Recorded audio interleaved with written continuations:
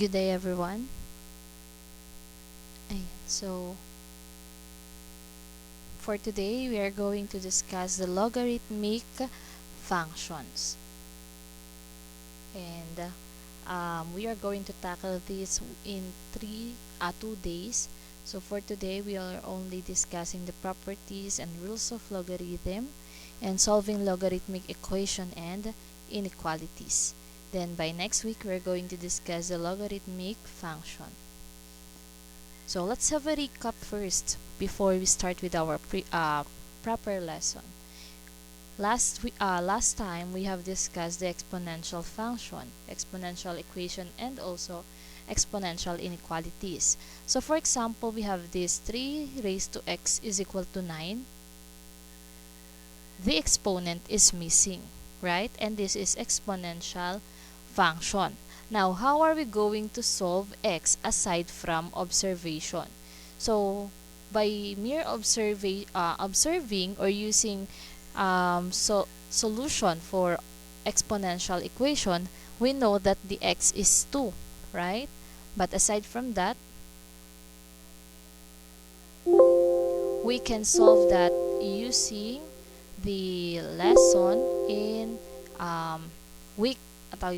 lesson in logarithmic.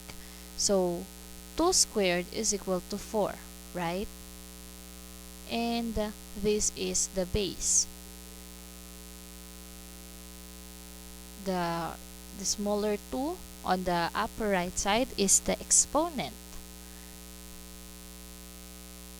Now in logarithmic or in logarithmic form, it will look like this. The 2 is still the base. So 2 is still in the base. Okay. Or the 2 will be here on the sub of log. And then the the answer will be put here. And then the exponent is the answer. So tandaan po ninyo yung ating process or yung format ha. The base is still the base, logarithmic base. Answer is here, and then the exponent on the other side. Ibig sabihin guys, in using logarithmic or logarithms, the missing given or the missing is the exponent. Now, the logarithm of a number. Let A, B, and C be a positive real numbers such that B is greater than 0 and B is not equal to 1. Diba? Kung mapapansin ninyo, it is the same rule with exponential. Tama? So, the logarithm of A with the base B denoted by logarithm of A with the base B and is defined as C is equal to logarithm of A with the base B. If and only if, so, kung yan ay equal kay A, or C is equal to logarithm of A with the base B, if and only if A is equal to B raised to C. And these are some things you must understand or you must take down notes na ang logarithmic functions and exponential functions ay inverses.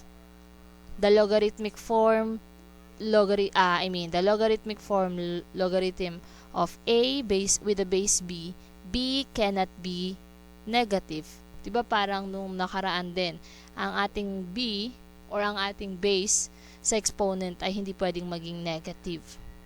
So, same lang yan. And the value of the logarithm of A with the base B can be negative. Pwedeng naman maging negative naman yung sagot natin.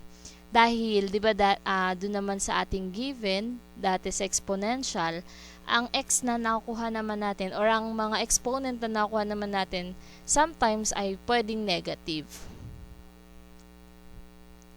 Now, for logarithms, we have common logarithms or yung mga usually na nakikita natin na format ng isang logarithms.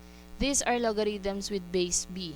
So the base 10 is usually omitted when writing common logarithms. Ibig sabihin guys, kapag ang base nyo ay 10, usually hindi na natin siya sinusulat.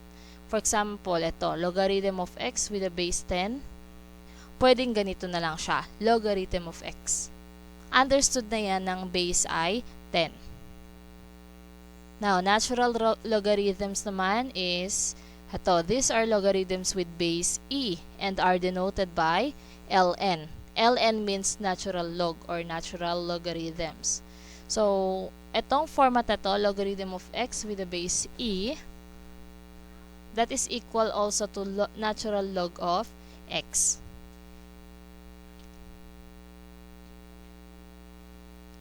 Now, let's have some example for exponential equation going to logarithmic equation. For example, 2 squared equals 4. That is logarithm of 4 with a base 2 equals 2. Another. So, I'll give you time para, or post it, i-post nyo po para sulat muna bago tingnan ng sagot. Okay, so that is equal to logarithm of 81 with a base 3, and that is equal to 4. How about this? A raised to x is equal to y, and that is equal to logarithm of y with the base a equals x. Now, without using calculator, let's try to find the following logarithmic expression. So, kayo na lang magsagot nun. Kung hindi nyo alam or kung nakalimutan na kung anong gagawin, we are going to have a recap of that, or we are going to take the lesson for that. So, where b, x, and y are real numbers such that b is greater than 0 and b is not equal to 1, we have the following rules or laws of logarithm na magagamit ninyo in computing or in solving logarithmic equation, inequalities, as well as logarithmic functions. So the first rule is this: the logarithm of b with the base b is equal to 1. Ibig sabihin guys, ito lang tatandaan ninyo. Pag pareho yung base dito sa number, sagot agad ay 1. For example, logarithm of 3 with a base 3, that is 1. Logarithm of 9 with a base 9, that is 1 also. Next, another rule is when we have logarithm of 1 with a base b. So, ibig sabihin guys, kapag ang log mo ay 1, laging equal sa 0. For example, logarithm of 1 with a base 5, that is 0. Logarithm of 1 with a base 10, that is 0. Next is here, b raised to the logarithm of x with the base b is equal to x. So, these are some formats na makikita ninyo sa logarithm. For example, 7 raised to the logarithm of 10 with the base 7, that is 10. Ang ano ko nga dito, ang technique ko dito, ito. Pag same, di ba? Same, si x. So, yan, dapat may kasame din siya, kapareho. So, yung sagot ay yung isa lang, ganyan. Pero kayo, kung ano yung naiisip ninyong iba pang para mas mapadali ninyong matandaan. So, another example is 2 raised to logarithm of 9 with the base 2, that is equal to 9. Next, logarithm of b raised to x with a base b. So, isa pa to. Yan, basta may pare-pareho. Kunwari, ito magkapareho. Base ay b, then yung number ay b, tapos naka-ratio sa isang number. The answer is the x. For example, logarithm of 2 with the raised to 4 with a base 2. So, that is equal to 4. Next, for product naman, product rule in logarithm, logarithm of logarithm of m times n with the base b, that is equal to, logarithm of m with the base b plus logarithm of n with the base b. Pag pinaghiwalay, Di ba naalala ninyo yung ating sa exponential equation or exponential loss of exponent? Kapag pinagmumultiply natin yung data, ina-add lang natin yung ating mga exponent. So, same lang yun dito. Pagka yung multiply, add lang din. Or pag hinawalay mo, add. So, these are some of example. Logarithm of 8 times n and base is 5. So, that is equal to logarithm of 8 base 5 plus logarithm of n base 5. For quotient naman, minus. So, for example, logarithm of 8 with the base n, logarithm of 8 divided by n with the base 3. So, that is equal to logarithm of 8 base 3 minus logarithm of n base 3. So, ganun lang siya, guys. Umulit lang to. Another rule or law is the power rule.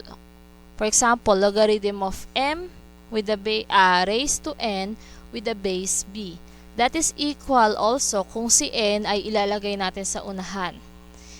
Equal to n times the logarithm of m with the base b. Example. Ayan. Logarithm of m cubed base 4 is equal to 3 times logarithm of m base 4. Magagamit niyo yan, guys, sa pagsisimplify ng mga susunod natin mga example. So, let's try to solve this. Logarithm of 8 with the base 8 raised to 1 with the base 8 is equal to x. Now, our x is 1. Naalala ninyo yung rule natin pag pareho dito. Kung ano to, yun din nandito. Diba? Next. 3 times logarithm of 4 with the base 4. And using our formula solution, kung naaalala,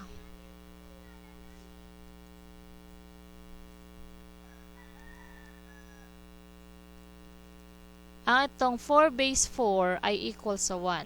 Diba? So, 3 times 1 is equal to 3. So, our x is 3.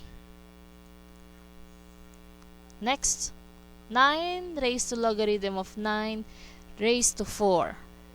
O, naalala ninyo yung technique?